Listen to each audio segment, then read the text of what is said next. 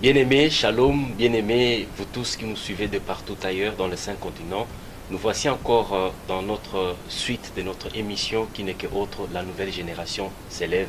Pourquoi la nouvelle génération s'élève? La nouvelle génération s'élève, c'est défini accroître votre connaissance pour développer votre spiritualité. Nous allons continuer encore la suite de notre émission. Pourquoi? Parce que il y a une nouvelle génération qui s'élève, il y a le son de cloche qui sonne à tout moment. Mais nous continuons encore avec notre invité de l'autre fois, qui n'est que autre la personne de l'apôtre Théophile Boubi. C'est un grand serviteur de Dieu ici à Bruxelles. Il est le pasteur principal de l'église de Mangembo, extension de Bruxelles, ici au port de Namur. Je m'en vais dire bonjour apôtre. Bonjour évangéliste Jacques Izette. Apôtre, merci encore de répondre encore à notre invitation.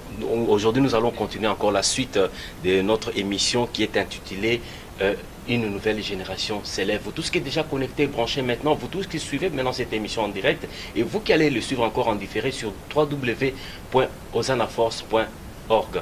Alors, apôtre, comment vous allez? Nous allons bien par la grâce de Dieu. Dieu nous fait grâce. Grâce sur grâce, je peux dire. Amen. Et l'album sur le marché, ça évolue, tout va bien par la grâce de Dieu. Des familles, beaucoup de gens sont bénis, consolés par cette belle chanson. Amen. Apôtre, nous parlons d'une nouvelle génération s'élève. L'autre fois, nous avons développé le thème sur la génération de Nicodème. Et cette génération de Nicodème embrasse tous les serviteurs de Dieu où il les catégorise, en fait. Ok, au fait, cette génération de Nicodème catégorise comment dirais-je, un groupe de serviteurs de Dieu qui sont nos pères, qui sont, comme j'ai dit, nous parlons de nos pères qui sont comme des piliers, comme des fondateurs, comme des gens qui ont amené les réveils dans nos milliers, dans nos églises, parce que nous sommes à l'âge de l'église de Laodicée, c'est l'âge de la 7e église. Donc, nous parlons de l'appel de minuit.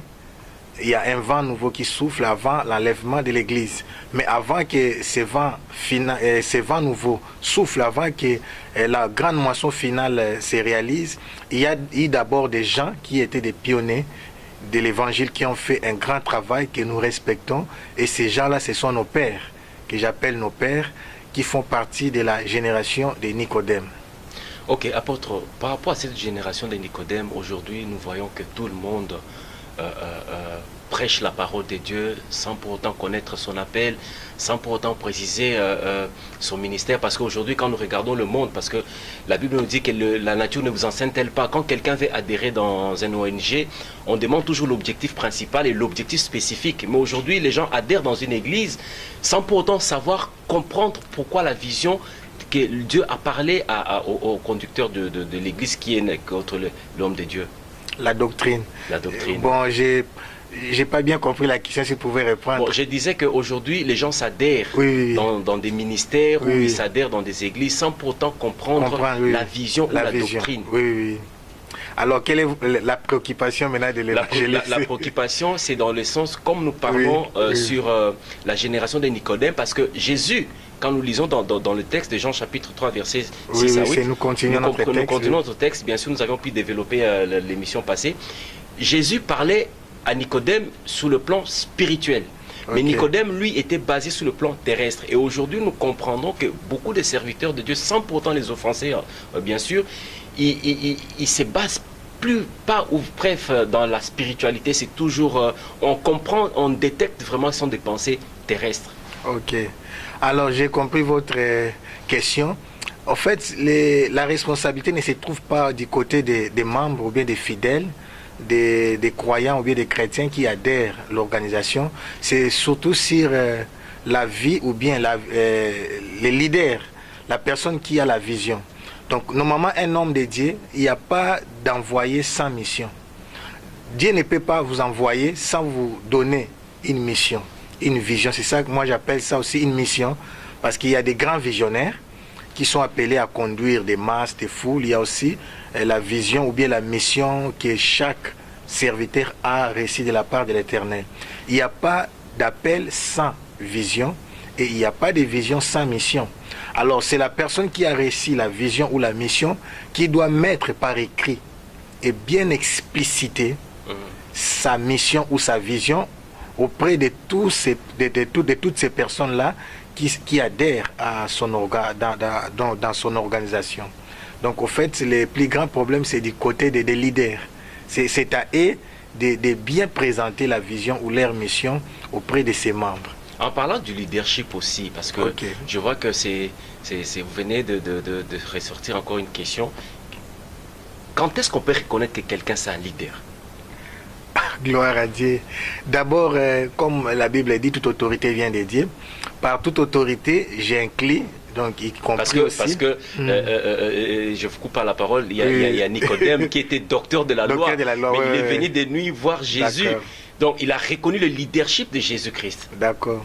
Alors, quand je disais, toute autorité vient de Dieu, y compris aussi des leaders spirituels, parce qu'il y a des leaders politiques, Amen. Il y a des leaders aussi spirituels, il y a aussi des leaders des entreprises, que je peux appeler des leaders sociaux. Alors, comment est-ce qu'on peut reconnaître un leader? Le leadership ne s'apprend pas. Je connais, il y a des écoles. Ça ne s'apprend pas? Ça ne s'apprend pas. Bon. C'est inné. C'est quelque chose qu'on est avec. Comme on dit, tout. Mais il y a des instituts du leadership où on apprend quelqu'un. Oui, parce qu'aujourd'hui, le leadership, c'est quand on crie, quand on est imposant, on se dit qu'on est leader. D'accord, mais comment dirais-je, ma préoccupation est surtout du point de la formation des leaders. Vous verrez dans la Bible, Jésus lui-même a dit, la moisson est grande, mais il y a peu d'ouvriers. Priez donc les maîtres de la moisson afin qu'ils vous envoient les serviteurs ou bien des ouvriers. Ces gens-là, ou bien les leaders sont des gens qui ont une vie particulière. Parce qu'un bon leader ne prêche pas d'abord par ses propos ou bien par ses paroles, mais c'est sa vie. C'est quelqu'un qui a une vie, qui a une histoire et qui fait de lui une icône, une référence pour que les autres les suivent. Vous voyez? Donc ces gens-là, c'est pas le fait que j'ai étudié pour être leader, parce qu'il y a plusieurs types ou bien sortes de leaders par rapport à leur tempérament. Il n'y a pas de précision parce que tout dépend de la foule ou bien de la mission des gens que tu veux conduire. Comme on dit, un aveugle ne peut pas conduire les aveugles. Si tu veux conduire les aveugles, tu dois être voyant pour les guider, pour les orienter. Vous voyez? Donc, le leadership se reconnaît par l'habilité, la capacité d'attirer d'abord et d'influencer. Bien aimé, vous avez suivi, ça c'est l'apôtre Théophile. Oui. Donc, c'est l'amabilité, la possibilité, la capacité pour qui incarne le leadership. Apôtre, nous sommes toujours dans notre thème, la génération de Nicodème. Jésus parle à Nicodème qu'il devait naître de nouveau ou d'en haut. Comment reconnaître un chrétien, en général, qu'il est réellement né de nouveau? Parce qu'il y a de ces chrétiens qui reçoivent Jésus 2-3 fois l'année. L'année, oui, je comprends. Comment reconnaître qu'un chrétien est réellement affranchi et né de nouveau? Là, nous rentrons maintenant dans Romains 12. La Bible dit que nous devons être transformés par le renouvellement de l'intelligence. Et quand un chrétien naît de nouveau, c'est quelqu'un qui a été éclairé, dont l'esprit a été éliminé. On reconnaît un chrétien né de nouveau par la prise de conscience de la connaissance du bien et du mal. Tu sais, quand quelqu'un est dans le monde, c'est vrai, sa conscience aussi fonctionne. Mais il y a plusieurs fonctionnements par rapport au degré de, comment dirais-je, de l'intimité ou bien de la personne qui reflète les caractères d'un enfant de Dieu. Donc, comme on dit, au fond de nous, il y a l'Esprit de Dieu qui nous convainc que nous sommes de Dieu. Amen. Alors, quand quelqu'un est né réellement de nouveau, quand il est né dans les royaumes de Dieu, vous verrez en lui les signes. Comme on dit, on reconnaît l'arbre par les fruits. Vous verrez en lui les signes du royaume. Alors, les plus grands signes du royaume, c'est l'amour. C'est l'amour de son Père, c'est l'amour de la parole, c'est l'amour de la prière. L'amour qu'on ne trouve pas aujourd'hui dans le corps du Christ. C'est pourquoi vous verrez pour la première église, l'église de l'Éphèse, Dieu va commencer, ce que j'ai contre toi, ce que tu as perdu, ton premier amour. Mais apôtre... Donc par la nouvelle naissance... C'est comme si on est en train de se compléter par rapport à mes questions. Et quand vous parlez, le premier signe d'une nouvelle naissance, c'est l'amour. Et voire même, c'est la clé même de la rédemption, quand la Bible dit dans Jean chapitre 3, verset 16. Mais l'apôtre, cet amour-là aujourd'hui, on ne trouve pas dans le corps du Christ, en commençant par les leaders, les hommes de Dieu. On commence d'abord par les hommes de Dieu. Pourquoi est-ce que? Parce que quand on parle de la nouvelle naissance, quand Jésus parlait à Nicodème, c'était un docteur de la loi qui devait naître de nouveau. Et le premier fruit que vous venez de dire, c'est l'amour. Mais cet amour aujourd'hui, apôtre, on ne trouve pas dans l'Église. Pourquoi? Tout simplement... Ça prouve qu'on n'est pas né de nouveau alors. Non, tout simplement parce qu'au fait, l'Église a oublié les principes de base. Moi, j'appelle ça des principes fondamentaux qui sont primordiaux. Vous savez, comme on dit, la crainte de l'Éternel, c'est le commencement de la sagesse. Donc, je peux dire que la crainte de l'Éternel, c'est l'ABC de la sagesse. Amen. Moi, je dis l'ABC de l'Évangile, c'est l'amour. Amen. La Bible dit, car Dieu a tant aimé le monde, c'est toujours dans Jean 3, qu'il a donné son Fils unique. Tout s'est fait par amour. Amen. Donc nous sommes sauvés par amour, nous sommes transformés par amour, nous sommes guéris par amour. Les chrétiens doivent se remettre en question tous les jours. C'est ça, un chrétien. Un chrétien doit respirer la repentance. La respiration, il y a l'aspiration. Donc, c'est-à-dire chaque jour, chaque soir, chaque matin, les chrétiens doivent se retourner auprès de Dieu pour demander encore la grâce, que Dieu puisse renouveler l'amour, la joie, la paix dans son cœur. Ça s'entretient. Vous voyez comme une lampe. Vous voyez les chandeliers dans les lieux saints. Les chandeliers étaient entretenus chaque jour. On veille à ce que la lumière ne s'éteigne pas. Donc la vie spirituelle doit aussi être entretenue. Exactement comme les chandeliers. Les lieux saints représentent l'âme. Aujourd'hui, nous allons entrer dans les lieux très saints, les esprits. Nous allons parler des esprits, mais les lieux saints représentent l'âme. Donc, le cœur de l'homme, c'est pourquoi David dira « Mon âme bénit l'Éternel et n'oublie aucun de ses bienfaits. » Notre âme a des émotions. Quand tout va bien, les chrétiens disent « Gloire à Dieu », mais quand tout va mal, le chrétien est déstabilisé. Vous voyez, donc on doit entretenir. C'est pourquoi David dira, je serre ta parole dans mon cœur afin de ne pas pécher contre toi. Donc on doit entretenir notre spiritualité tous les jours par la méditation, la prière, la louange, l'adoration. Mais apôtre, d'où vient c'est moi, parce que nous sommes en train de parler, bien aimé, nous sommes en train de continuer toujours la suite de notre thème qui n'est qu'autre, la génération de Nicodème. Okay. Et cette introduction de Nicodème, voire même, c'est ce qui est même la suite de Jean chapitre 3, 16. Oui. Reconnaître une personne réellement qu'il est né de nouveau.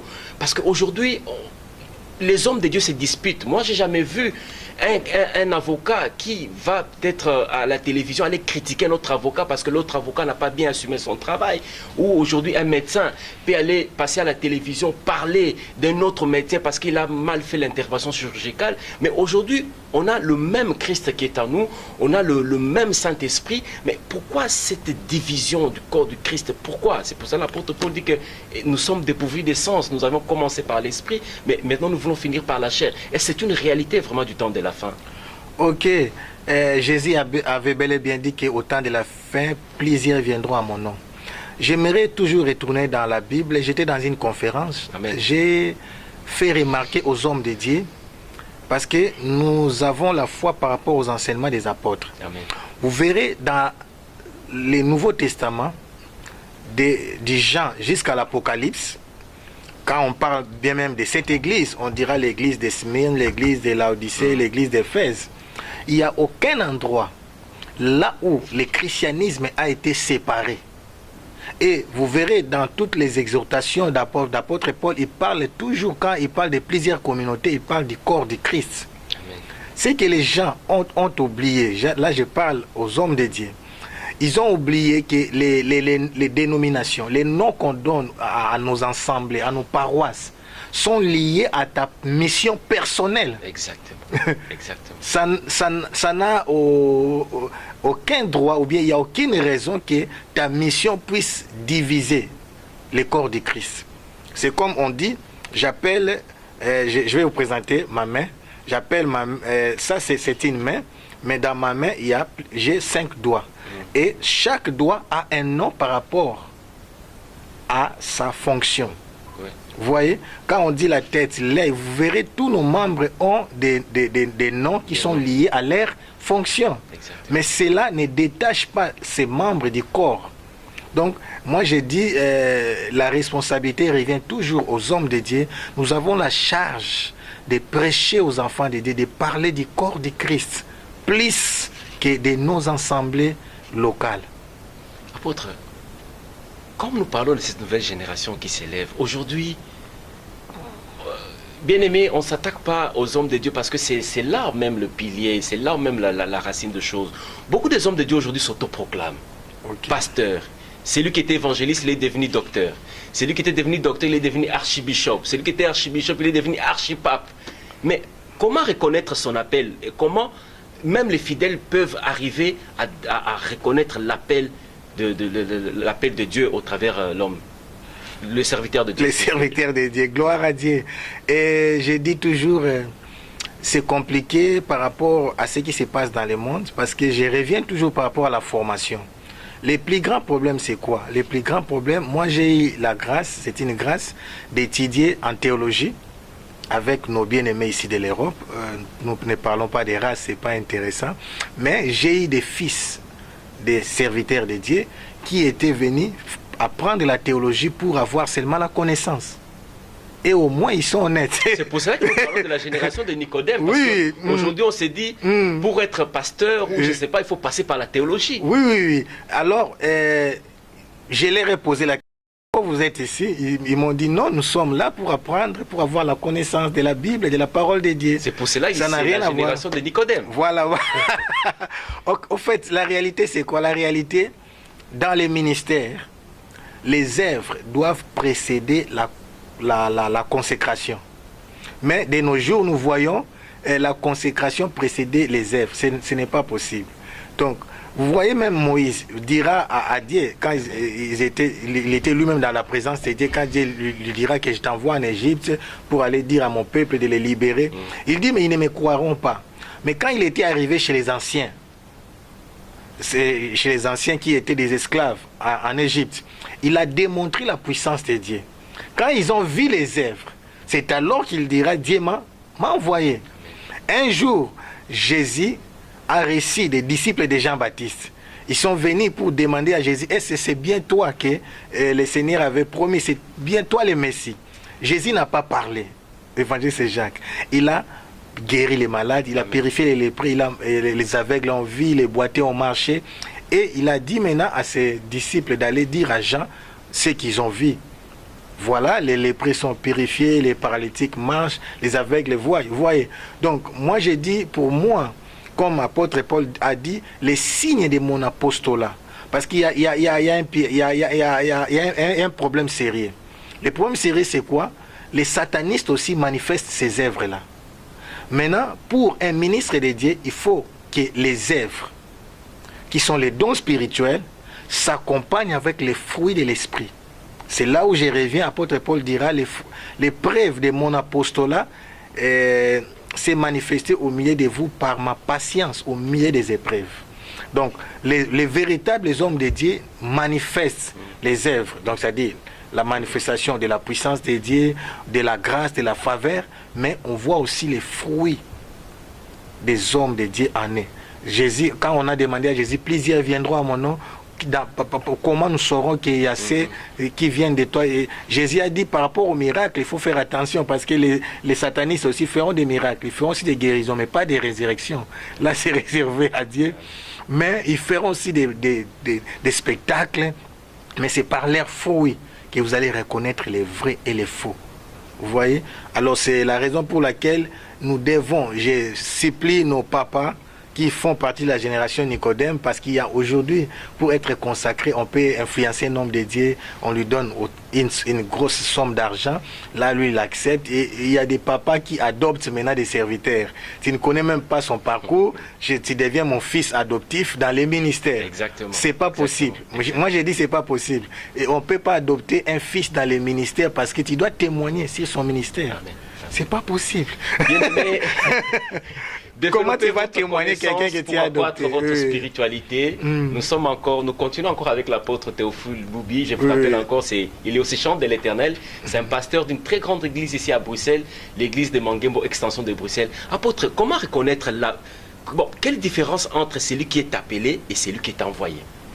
Ok. La Bible dit il y a peu d'élus mais beaucoup d'appelés. Amen. Les appelés, comme on dit, vous voyez, l'exemple est simple. Jésus avait combien? 72. Vous voyez? Mais parmi les 72, les envoyés étaient combien? Il n'y avait que 12 envoyés, et 60 appelés. Mais ensemble, les 72 faisaient partie du même lot. C'est ce qui existe aussi de nos jours. Vous voyez? Un appelé, c'est quelqu'un qui a été appelé ou bien attiré par Dieu, intéressé par Dieu. Donc, il avait le choix de dire oui ou non. Mais un envoyé, c'est un élu. Là, je vais parler des esprits en mission sur la terre. Amen. Un envoyé, c'est un esprit. On va arriver. Quand j'ai élaboré mes questions, c'est comme si vous étiez là. Bien-aimé, je vous dis que ça, c'est la présence du Saint-Esprit, parce qu'il y a d'autres questions que c'est juste avant que je puisse la poser. L'apôtre est en train de... C'est comme s'il était là quand j'ai élaboré mes questions. Mais l'apôtre, cette histoire d'esprit, des surnaturels, parce que nous tournons toujours dans la génération de Nicodème. Voilà. Aujourd'hui, le surnaturel séduisent les gens, mais la façon dont ça séduit les gens, mais c'est pas dans le norme principal, parce que quand même quand nous lisons dans cette histoire entre Nicodème et Jésus, sortir de son corps, est-ce que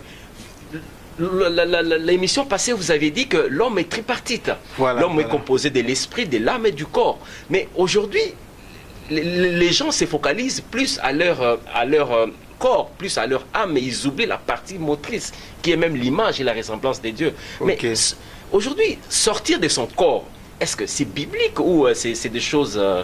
bon. D'accord. Alors, j'aimerais commencer par la dimension des esprits. Amen. On te laisse le temps. Oui, vous me laissez le temps. Je vais utiliser la Bible. Expliquer vraiment les enfants de Dieu, parce que on est un peu embrouillé. Ici, moi, je représente les fidèles. On est un peu... on ne sait pas qui suivre, qui est vrai. Mais en tant qu'un apôtre de Dieu, un oint de Dieu, expliquez-nous un peu les réalités de la vie spirituelle. Dans Jean 15, Jésus avait dit, j'ai encore beaucoup de choses à vous dire, que vous ne pouvez pas encore, j'aimerais que nous puissions lire ça. Amen. Et comme des chrétiens de Béret, bien-aimés, lisez la Bible. Ne dites pas Amen, ainsi soit-il, sans pour autant ouvrir la Bible. Moi, j'ouvre ma Bible. On apprend chaque jour. Oui, si on ne lit pas, ça serait un peu... Exactement. Compliqué. Vous savez, ces choses sont si réelles que les enfants de Dieu s'embrouillent. Et ils se posent beaucoup de questions par rapport à ces réalités qui sont vraies, qui sont des réalités spirituelles, mais qui sont vraies. Alors c'est pourquoi nous allons dans Jean chapitre 15. Jean chapitre 15. Oui. Je peux lire, apôtre? Oui, mais on ne va pas tout lire. Non, juste oui. Oui. C'est pourquoi je vais prendre les versets essentiels. Amen. Je vais prendre les versets essentiels. Nous sommes toujours à la suite de notre émission, bien-aimés. Je vous dis que vous suivez cette émission en direct et vous allez le suivre encore en différé sur www.osanaforce.org. Développez votre connaissance pour accroître votre spiritualité. Nous continuons encore avec cette émission. Nous sommes dans le thème qui est la génération de Nicodème. Aujourd'hui, nous voyons qu'il y a beaucoup de bavures, il y a beaucoup de choses. Nous ne savons pas qui croire et qui suivre. Mais nous sommes en train de développer ces thèmes avec un très grand serviteur de Dieu qui n'est qu'autre à la personne de l'apôtre Théophile Boubi. Nous allons lire un verset tout à l'heure dans Jean chapitre 15. L'apôtre est en train de nous trouver le verset. Et nous allons le lire avec vous parce que nous sommes en train de parler sur la spiritualité, sur les surnaturels. Qui sommes-nous réellement? Parce qu'étant chrétiens, nous devons savoir et comprendre qui sommes-nous en Jésus-Christ et qui est-ce que nous sommes devenus en Jésus-Christ. Parce qu'aujourd'hui, nous suivons une personne, nous sommes disciples de Christ, nous sommes appelés chrétiens. Mais la vie spirituelle, la vie surnaturelle que lui-même Christ a pu vivre sur cette terre, nous ne les bénéficions pas. Donc il y a un problème. Nous sommes en train de parler sur la nouvelle naissance. Pourquoi est-ce qu'un chrétien doit être né de nouveau? Nous retournons encore la parole auprès de l'apôtre. Ok. Nous sommes dans Jean chapitre 15. Oui. Il commence au verset 1. Il dit, je suis le vrai cep. Amen.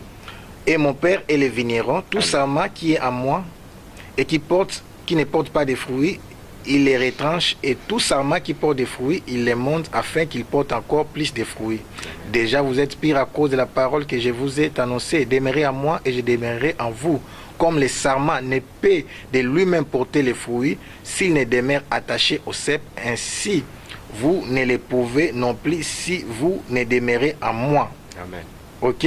Alors, il dit au 5e verset, je vais vous donner pourquoi je donne l'image du cep et du sarment.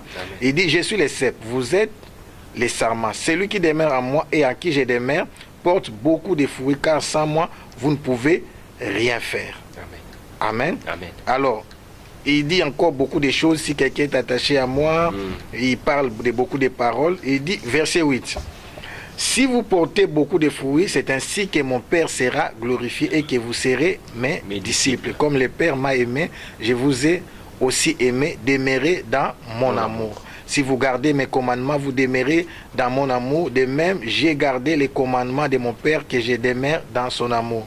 Je vous ai dit ces choses afin que ma joie soit en vous et que votre joie soit parfaite. C'est ici mon commandement. Aimez-vous les uns les autres comme je vous ai aimé. Il n'y a pas de plus grand amour que de donner sa vie pour ses amis. Amen. Vous êtes mes amis si vous faites tout ce que je vous commande. Alors il dit au verset 15, je ne vous appelle plus serviteur parce que le serviteur ne sait pas ce que fait son maître. Mais je vous ai appelé ami parce que je vous ai fait connaître tout ce que j'ai appris de mon Père. Ok? Alors parce qu'ils avaient atteint plusieurs dimensions, maintenant ils avaient appris tout ce qu'il a. Mais écoutez-moi maintenant au 16. Ce n'est pas que vous m'avez choisi, mais moi je vous ai choisi et je vous ai établi afin que vous alliez et que vous portez des fruits. Et que votre fruit demeure afin que que votre fruit demeure afin que ce que vous demanderez au Père à mon nom et il vous les donne. Ce que je vous commande, ce que vous aimez, il rentre encore par rapport à l'amour. Si le monde vous hait, il parle de beaucoup de choses. Il dit, si vous étiez dans le monde, vous aimerez ce qui est à lui, mais c'est parce que vous n'êtes pas du monde et que je vous ai choisi au milieu. À cause de cela, le monde, et souvenez-vous de la parole que je vous ai dite, le serviteur n'est pas plus grand que son maître. Ils m'ont persécuté et ils vous persécuteront. Et s'ils ont gardé ma parole, ils garderont aussi la vôtre. Amen. Mais ils vous feront toutes ces choses à cause de mon nom parce qu'ils ne connaissent pas celui qui m'a envoyé. Ok? Alors, vous verrez, il y a plusieurs dimensions. Ici, Jésus se présente comme les cep.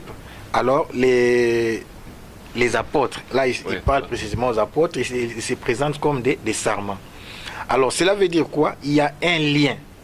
Il y a un lien spirituel qui lie Jésus-Christ avec les apôtres. Nous, bon, expliquez-moi physiquement comment un arbre peut s'attacher à un autre arbre si cela ne se passe pas au niveau de l'esprit, parce que physiquement, ils ne sont pas liés. Il dit, celui qui veut porter des fruits doit rester attaché à moi. Donc, nous voulons dire que Christ, l'onction, les choses de Dieu sont spirituelles. C'est-à-dire, notre esprit, là je vais maintenant atterrir, notre esprit, la pensée de Dieu est que nous puissions porter des fruits. Pour que nous puissions porter des fruits, nous devons fonctionner dans la dimension spirituelle. C'est pourquoi il dit, je vous ai appelé, je ne vous appelle plus serviteur, mais je vous appelle maintenant des amis. Parce que je vous ai enseigné tout ce que mon Père m'a enseigné. Alors, la dimension de la spiritualité dont je parle, la dimension des esprits dont je parle, c'est la dimension du fonctionnement du monde spirituel. Le monde spirituel est plus réel que le monde physique. Comment, expliquez-moi, comment Abraham, qui est devenu ami de Dieu, a su que Sodome et Gomorrhe allaient être détruites. Dans l'ancienne alliance, c'est facile, parce que là, nous parlons des choses. Ces anges-là étaient apparus physiquement. Mais nous, dans la nouvelle alliance, si tu restes attaché au cep, si ton esprit reste attaché à Christ qui est spirituel, c'est-à-dire ton esprit, c'est-à-dire ton corps est sur la terre, comment est-ce que les gens croient que notre vie est cachée dans les lieux célestes en Jésus-Christ? Amen. C'est-à-dire que quand nous parlons de Sion, c'est l'atmosphère spirituelle. Apôtre Paul dit, je connais un homme qui fut ravi jusqu'au 3e ciel. Amen. Quand nous prions, quand nous attendons l'adoration, Église, notre esprit sort et part jusque dans la 3e dimension. Parce que nous avons 3 dimensions. Mais, apôtre, beaucoup de gens, c'est même la clé de ce qu'on parle ici. Parce que quand les gens lisent cette histoire entre Nicodème et Jésus-Christ, c'est ça, parce que les gens ne croient pas que nous, chrétiens, nous qui sommes devenus réellement franchement Jésus-Christ, voilà. En esprit, on peut aussi aller en Sion, en esprit aussi, on peut aussi atteindre, aller aussi dans le lieu céleste. Ok, c'est pourquoi j'ai dit, ici, pourquoi on a lu beaucoup de versets? Oui. On a lu beaucoup de versets pour vous montrer comment Jésus explique comment il a commencé avec eux, comment ils étaient en train de croître, parce que la croissance se passe toujours par l'amour et l'attachement. Amen. Pourquoi il parle beaucoup d'amour? Donc, c'est-à-dire, il y a un niveau de l'intimité avec Dieu. Plus tu grandis spirituellement, au fait, la croissance spirituelle, beaucoup, comment dirais-je, quantifie la croissance spirituelle par la quantité de nombre de prières, ou bien des temps de prière. J'ai pris 6 heures, j'ai pris. Non, non, non. Moi, Dieu m'a révélé une chose, évangéliste CZ. La croissance vient par la croissance de l'amour, d'aimer les choses de Dieu, de l'attachement avec Dieu. C'est ça même l'exemple d'Esther. Esther a été choisie reine parce que le roi a remarqué que Esther l'aimait plus que toutes les autres filles. Plus tu aimes Dieu, plus tu t'accroches aux choses de Dieu, plus Dieu se révèle en toi. Amen. Et plus Dieu t'aide à monter dans des nouvelles dimensions. Amen. Vous voyez? Donc, le christianisme est essentiellement basé sur la spiritualité. Vous voyez, les autres vous diront, comme on dit, expliquer les cèpes qui est Christ. Oui. C'est-à-dire quoi? Nous devons rester attachés à Christ. Or, Christ est où? C'est ça là où la base de la révélation. Si vous lisez ça, Christ est là maintenant. Christ est où? Christ vit en nous. Il vit en nous, mais sa position. Il est à la droite du Père. Il est assis à la droite du Père. Et si nous sommes lui, il est le cèpe, nous sommes des sarments, c'est-à-dire notre vie est où? Bien aimé, développez votre connaissance. Voilà. Donc, en fait, ça c'est l'apôtre Théophile. Nous fonctionnons dans 2 dimensions. Moi, je le comprends. Nous fonctionnons dans 2 dimensions. Ici, il dit, tu dois rester attaché au cèpe.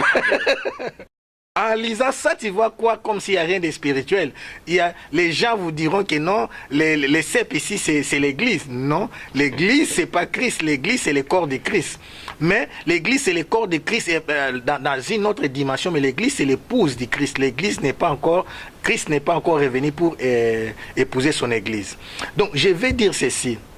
Pour apprendre les choses spirituelles, pour avoir des révélations, il y a 2 dimensions. Il y a la dimension où Dieu vient là où vous êtes, et il y a la dimension aussi où vous allez là où Dieu se trouve. Oh, est-ce que vous... Bien aimé, nous sommes toujours... Merci vous qui êtes déjà connectés, vous qui vous connectez encore maintenant, vous nous suivez en direct.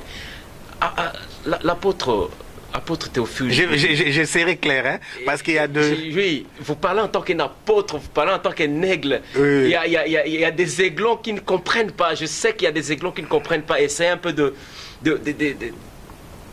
Alors, d'être un peu simple. Je vais répondre un peu. Oui. Qui ne rêve pas?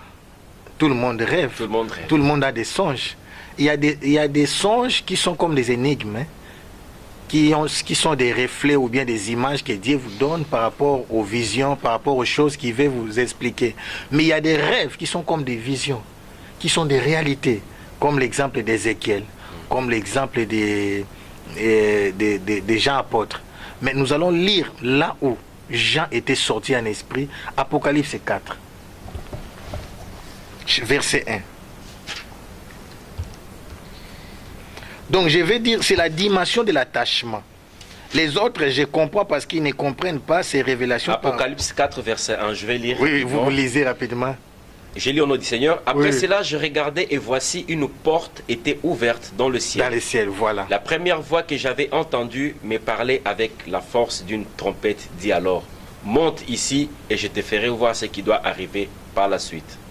Aussitôt je fus saisi par l'Esprit et voici il y avait un trône dans le ciel et sur ce trône quelqu'un était assis. Il se retrouve directement au ciel.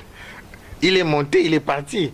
On n'a pas dit que je vais t'emmener, il dit monte. Non, parce que les gens confondent qu'il faut aller avec tout son corps, tout son Non. être tel qu'on est là. C'est comme on prend l'avion, on va d'un pays à un autre. c'est les gens l'esprit. s'imaginent dans le sens comme ça. Non. Ici, on parle de l'esprit. C'est l'ange qui dit monte. Même Ézéchiel aussi le dit dans Oui, Ézéchiel. oui, je fus ravi en esprit. Oui. Alors, il y a deux dimensions, parce que la confusion, et j'ai parlé aussi avec d'autres, ils me disent, non, quand vous priez, l'esprit peut vous amener. J'ai dit, c'est exactement, quand un enfant est encore trop bébé, Exactement. tu dois le porter. Tu dois le porter. C'est pourquoi j'ai dit, c'est pas un débat, mais je parle. Quand j'aime pas souvent On va revenir, on va revenir. J'aime pas s'écrire. J'aime pas s'écrire quand on dit mets-moi au dos. Pourquoi? Seigneur, je suis fatigué, mets-moi au dos. Oh, Jésus s'est fâché même de ses disciples parce que il dit jusqu'à quand je serai avec vous. C'est pas la mission. Jésus, il dit tout pouvoir. Donc Jésus nous a donné déjà le pouvoir et l'autorité de marcher sur toute la puissance de l'ennemi. Nous sommes dans la même dimension. Amen. Vous voyez, c'est comme tu dis, je dois sortir en esprit, c'est l'esprit de Dieu qui doit m'amener. C'est la même dimension là, la personne qui dit pour chasser les démons, c'est l'esprit de Dieu qui doit m'aider pour chasser les démons. Il y a des potentialités, des capacités que Dieu nous a déjà dotées. Mais ça se manifeste au fil du temps par rapport à notre attachement au Seigneur Jésus-Christ. Vous voyez, là, apôtre Jean était déjà devenu un aigle. N'oubliez pas, c'est Jean, apôtre là, qui a écrit Jean, l'évangile de Jean. Mais alors quand l'apôtre Paul part dans Galates 4, aussi longtemps que l'héritier demeure encore un enfant, il ne diffère en rien d'un esclave. Oui. En tant qu'un apôtre, dans Jean chapitre 4, verset 1, expliquez un peu par rapport, parce que quand vous dites déjà l'apôtre Jean était devenu déjà un aigle. Un aigle, voilà. Mais par rapport à ceux-là maintenant qui se disent que Jésus doit me porter au dos ou on doit te porter pour t'amener, je ne sais pas. Oui. Alors, qui est cet héritier qui demeure encore un enfant et qui est encore esclave? Voilà, la base, c'est la connaissance. Amen. On grandit par la connaissance. On grandit par la révélation. La connaissance va élargir ta capacité ou bien va aiguiser tes potentialités.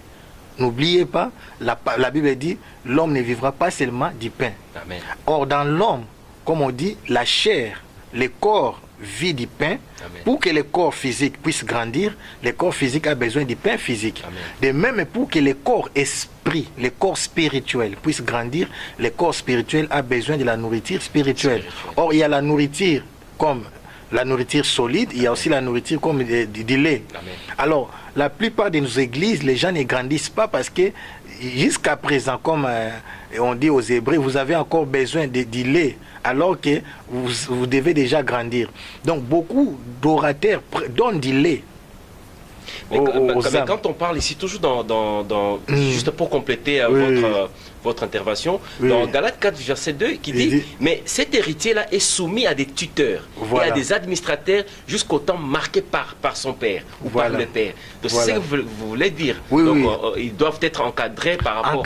Encadrés, mais maintenant il y a des gens qui sont aussi en retard par rapport à leur croissance. Mais aujourd'hui, les chrétiens sont devenus, les chrétiens sont restés des enfants au lieu d'être des fils. Être un bébé n'est pas un péché parce que d'abord tu dois commencer par naître comme un bébé et grandir. Amen. Mais le plus grand problème, c'est que les chrétiens ne grandissent pas. Ils sont bornés par des... C'est un problème des tuteurs ou des administrateurs C'est qui un- sont les hommes de Dieu ou quoi? C'est pourquoi nous parlons toujours des hommes de Dieu. C'est pas pour les attaquer. Il est temps. La Bible dit, errez les serviteurs Amen. qui donnent aux enfants la nourriture du Amen. temps convenable. Amen. La nourriture du temps convenable. Vous verrez, après la résurrection de Jésus-Christ, dans Actes, la Bible dit au début, au premier chapitre, Jésus les enseignait, les parlait des choses concernant les royaumes des cieux. Les royaumes des cieux. Donc il ne parlait plus avant sa résurrection. Il parlait des choses terrestres. Mais après sa résurrection, il parlait... Ça, c'est l'université de Dieu. Il est temps maintenant que nous puissions quitter les parvis, les lieux saints, et que nous parlons maintenant des choses sacrées qui sont dans les lieux saints des saints. On doit progresser. C'est comme l'histoire, l'enseignement sur les Apôtre, tabernacles. juste une dernière question avant de terminer notre émission. Il y a un Oui. bien-aimé qui m'a posé la question pour me demander, l'autre fois vous avez expliqué, est-ce que l'église aujourd'hui est au temps du réveil ou le temps d'éveil? Voilà. Parce que l'émission passée, vous n'avez pas bien expliqué, parce que le temps aussi. Oui, court, oui. Si, juste en quelques lignes, expliquer un peu à ces bien-aimés, l'église corps du Christ aujourd'hui, est-il au temps des réveils ou au temps d'éveil? Ok. L'église corps de Christ aujourd'hui est au temps d'éveil. C'est pas autant de réveil. Non, c'est pas C'est autant pas de le réveil réveil. spirituel. Les réveils spirituels, c'est pour les bébés, les gens qui viennent de se convertir et ils doivent se réveiller. Parce qu'au fait, Jésus appelle, je vais vous expliquer pourquoi on utilise les termes de réveil. Amen. Dans les royaumes de Dieu, on appelle la mort le sommeil. Amen. Vous voyez? Amen. Donc les gens qui ne sont pas nés de nouveau, on dit qu'ils sont, ce sont des gens qui sont morts. Ce sont des morts. Amen. Mais quand ils reçoivent Christ comme Seigneur et Sauveur, c'est en ces moments-là maintenant qu'ils se réveillent de leur sommeil, qui est la mort, en fait, en réalité. Maintenant, quand quelqu'un est né de nouveau, il est réveillé de sa mort, Amen. ou bien de son sommeil. Maintenant, il doit rester éveillé. Je vais vous prouver par rapport à un verset biblique que nous sommes au temps des réveils. C'est dans 1 Pierre 5, je crois. La Bible dit, veillez et... Soyez sobre. Soyez sobre, veillez et priez car voilà. On nous demande de veiller. Éveiller, quelqu'un qui éveille, c'est quelqu'un qui veille. Amen. Donc c'est quelqu'un qui est déjà réveillé, mais qui est en train de veiller. Deuxième exemple, je vais vous parler de l'exemple de... Vous voyez l'appel des munis. J'avais expliqué pour que la personne puisse bien comprendre l'histoire des 10 vierges. Amen. On dit comme l'époux tardait, toutes les 10 sont tombées en sommeil. Vous voyez? Alors quand elles sont tombées en sommeil profond, c'était vraiment un sommeil profond, il y a eu l'appel des munis. J'appelle les réveils aussi l'appel des munis. Les 10 se sont réveillés. Mais maintenant, ce n'était pas automatique. L'époux n'était pas arrivé directement. On dit réveillez-vous, allez à sa rencontre. Mais il y a eu un temps où elles se sont disputées. Donnez-nous un peu de votre huile, vous voyez. Alors, les 5 là qui étaient restés éveillés. Amen. En attendant l'arrivée de l'époux, les 5 là ne dormaient pas, étaient restés éveillés et elles avaient allumé leurs lampes. C'était maintenant, même les autres là aussi ne dormaient pas, mais elles manquaient maintenant de l'huile. Donc, aucune d'elles, à l'arrivée de l'époux, l'époux n'était pas arrivé pour trouver l'église endormie. Non, l'époux était arrivé, les 10 déjà étaient réveillés. Mais elles étaient en train maintenant de faire quoi? De veiller en attendant l'arrivée de l'époux. C'est notre époque. L'église est déjà réveillée. Nous devons maintenant rester éveillés en attendant l'arrivée de l'époux. Bien-aimé, j'espère que l'apôtre a répondu à ta question. Donc l'église, corps du Christ à l'instant, n'est plus au temps du réveil, mais l'église est au temps d'éveil. Apôtre, juste une parenthèse, ce n'est pas une question qui est dans le programme d'aujourd'hui. il y a une image ou un documentaire, je ne sais pas, qui est passé, je crois, ça fait déjà 2 jours, sur TF1, les vendeurs de foi. Est-ce que... Pourquoi le vendeur, je ne sais pas pourquoi est-ce que ces réalisateurs a pu utiliser ces thèmes ou ces mots, le vendeur de foi. On a pu montrer quelques serviteurs de Dieu, que je ne vais pas citer les noms, et précisément au Congo-Kinshasa, qui voilà, ceux-là, avant de monter, avant de prêcher, ils demandent si l'offrande est de combien, beaucoup de choses. Je ne sais pas si vous avez suivi d'abord en commençant. Oui, j'avais suivi. Quelle est ton impression par rapport, parce qu'en tant qu'Africain, précisément, ça fait mal de voir que aujourd'hui, les athées sont plus des occidentaux, entre guillemets, mais aujourd'hui, pourquoi l'église du corps du Christ et du Congo, Kinshasa, RDC est plus visée par rapport à ce qu'on a vu qui était très scandaleux pendant ces 2 derniers jours? Ok, je vais vous dire tout simplement, c'est une question toujours d'enseignement et de la connaissance des leaders. L'évangile a aujourd'hui une déviation extraordinaire. Je suis en train d'insister et de prêcher pour dire aux gens, nous sommes en train de bafouer l'œuvre salvatrice accomplie par Jésus-Christ sur la croix. Amen. Amen. Nous devons expliquer aux fidèles que leur argent, leurs biens, leurs dons ne valent rien par rapport à l'œuvre accomplie il y a 2000 ans sur la croix. Moi, je suis d'accord du même avis que les gens qui font ces émissions, tout simplement, malgré leur façon de réprimander, ils sont un peu méchants, ils sont en train vraiment de critiquer. Mais nous avons aussi tort, nous les hommes de Dieu. Nous ne pouvons pas marchander l'évangile ni la foi. Jésus lui-même a dit, vous avez reçu gratuitement, donné aussi gratuitement. L'offrande, les dons sont donnés en signe de reconnaissance, d'action de grâce. L'obéissance. L'obéissance, ce n'est pas une forme de rétribution ou bien une monnaie d'échange pour recevoir la guérison, la délivrance. Ces hommes de Dieu-là doivent suivre les enseignements sur l'Holocauste. Ils vont comprendre que tous les types de sacrifices ont été accomplis par Jésus-Christ. Donc Jésus-Christ avait aboli tous les sacrifices de l'ancienne alliance. Donc tout ce que nous donnons, moi j'appelle les offrandes de la nouvelle alliance, les offrandes d'amour. Vous voyez, à part la dîme, parce que la dîme c'est un signe d'alliance. La dîme c'est pas lié à la loi. Mais toutes les offrandes liées à la loi ont été abolies ont été accomplis, pardon, parce que Jésus a dit, je ne suis pas venu abolir la loi, mais je suis venu accomplir. Mais apôtre, accomplir la loi. Voilà. Je vous coupe pas là parce que c'est une question tellement très intrigante par rapport au peuple de Dieu. Voilà. Est-ce qu'un homme de Dieu peut faire les affaires d'abord? Eh bien, comme un homme de Dieu, en dehors de son appel, de son ministère, peut être un businessman, je ne sais pas. Je vais répondre clairement. Vous voyez dans la Bible, hein, moi je crois qu'il peut... Parce que l'apôtre Paul faisait des tentes. Attends, je vais revenir par rapport à Jésus-Christ, ok? Quand nous parlons d'abord des consécrations, la consécration veut dire quoi? La consécration, ça veut dire quelqu'un qui n'a plus de vie, qui vit pour Dieu. Vous savez, c'est pas parce que nous traversons des moments difficiles. Apôtre Paul avait fait ça par contrainte. Par contrainte. Vous verrez même Pierre dire à Jésus, nous avons tout quitté et nous t'avons suivi. Normalement, il peut investir son argent dans des affaires, mais il ne peut pas lui-même être un homme d'affaires. Là, je ne suis pas d'accord, tout simplement parce que la dimension de sa spiritualité va diminuer. C'est pourquoi nous n'atteignons pas les hauts sommets. Sur la vidéo, on a vu un des hommes de Dieu qui prie juste 1 seconde et les enfants de Dieu en train, je ne sais pas, d'arracher ou je ne sais pas moi, il est là, il prend le micro juste 1 seconde et le reste, c'est commencer à imposer la main, prendre les offrandes, les enveloppes et surtout, ce n'est pas des billets étrangers. Ok. C'est ce que j'ai dit. Ce sont les conditions de vie, mais un homme de Dieu est appelé à être au service de Dieu 24 heures sur 24 heures, temps plein. Parce qu'il doit être à l'écoute pour recevoir ce que dit l'Éternel. C'est pourquoi ils n'ont plus de révélations. C'est pourquoi ils n'ont plus de ils n'ont plus le temps de prier.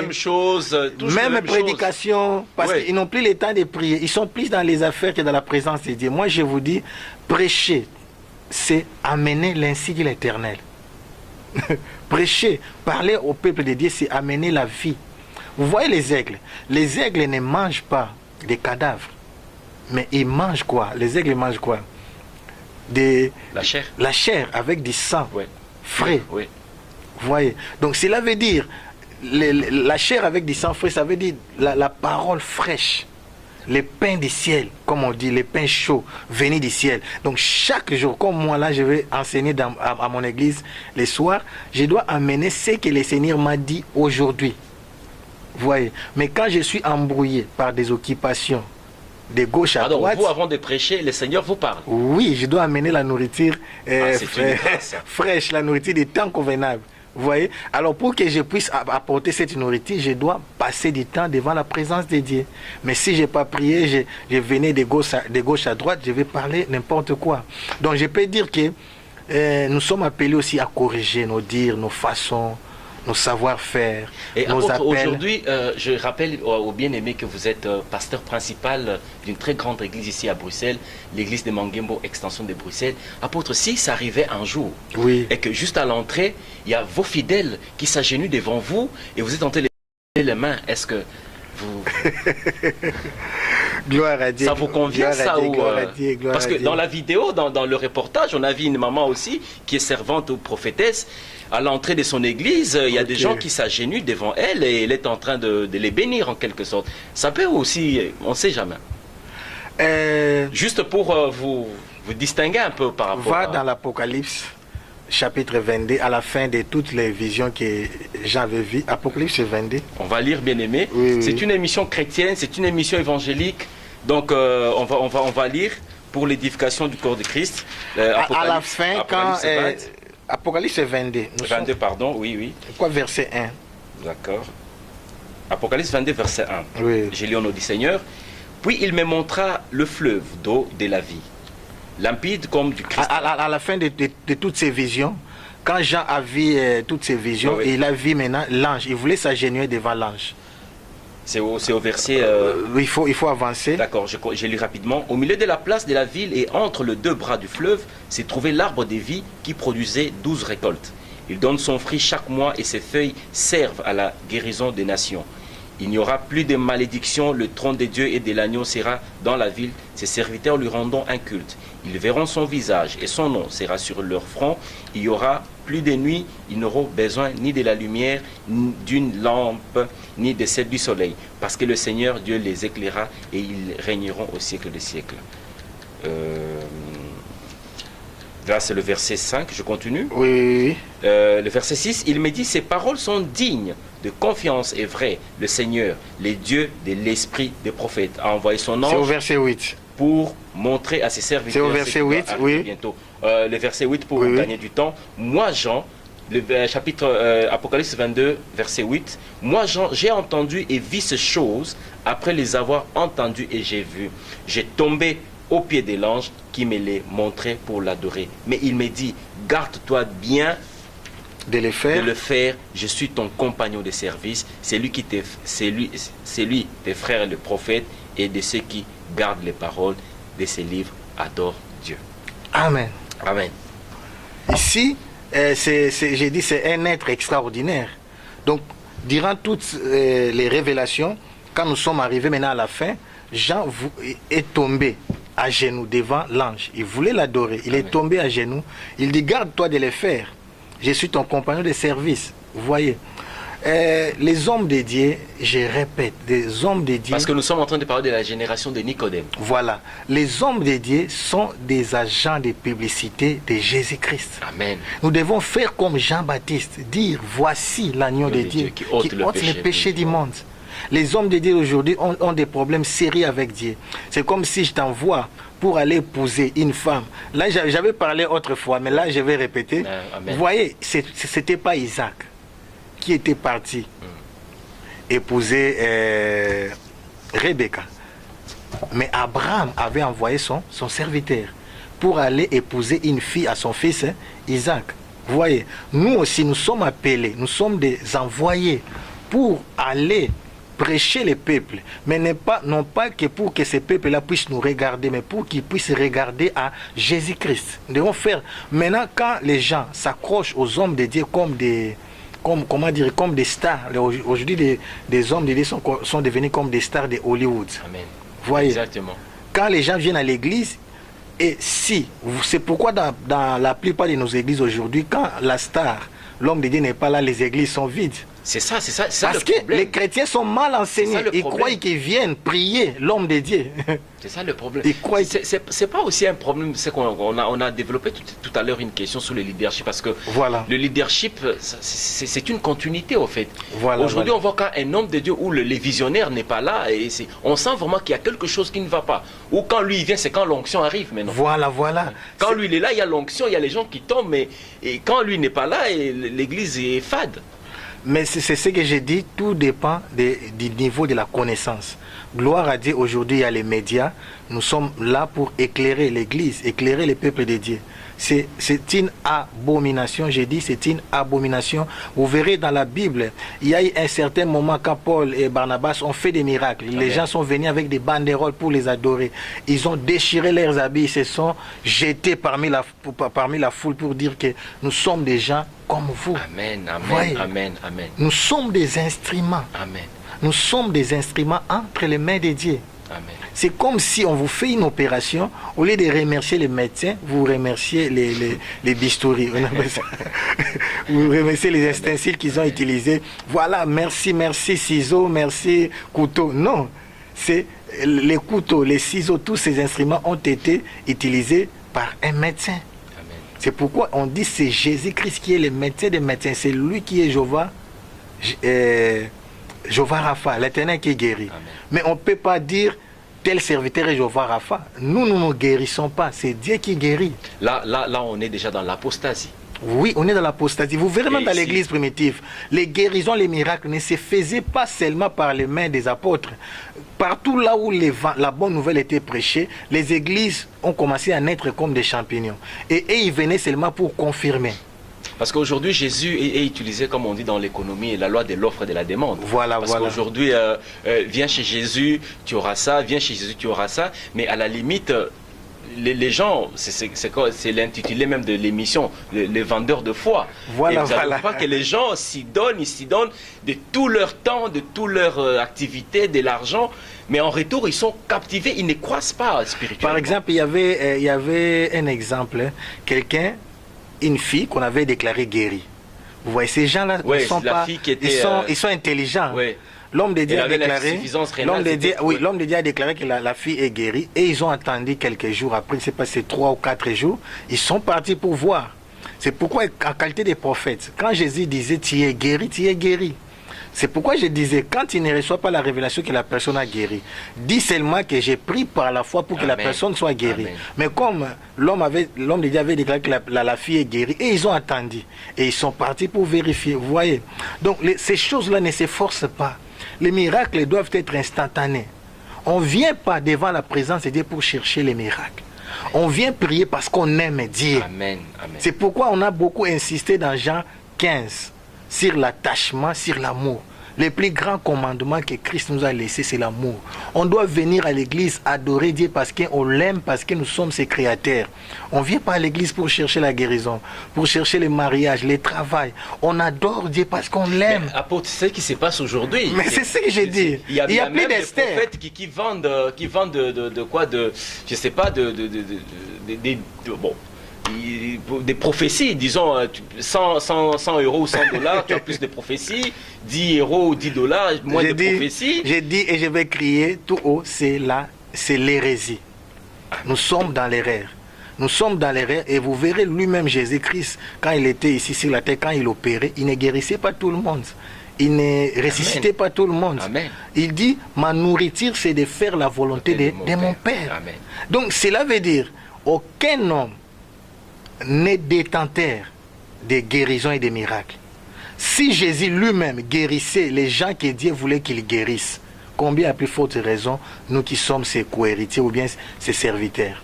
Donc c'est la même chose. Quand les gens viennent à l'église, c'est bien, il y a des guérisons et des miracles, mais les gens, tu ne dois pas fonder ou bien mettre la foi des gens sur la guérison, sur les miracles et sur la guérison. Nous devons prêcher aux gens la repentance, amen, la transformation. Ils doivent se convertir, se repentir et aimer Dieu. Si tu reviens, oh mon Dieu, si tu aimes ton père parce qu'il te donne de l'argent, c'est qu'il n'est pas ton père. Exactement. Quand nous disons notre père, on aime notre père parce qu'il est mon papa. C'est ça le lien d'affection, de l'amour qui nous lie. J'ai pris parce que j'aime mon Dieu, parce qu'il est mon Père, parce qu'il est mon Créateur, c'est tout. La bénédiction, la guérison, la délivrance, ça peut venir ou pas. Moi, ma foi va rester accrochée. Bien-aimés, les bonnes choses ne durent pas.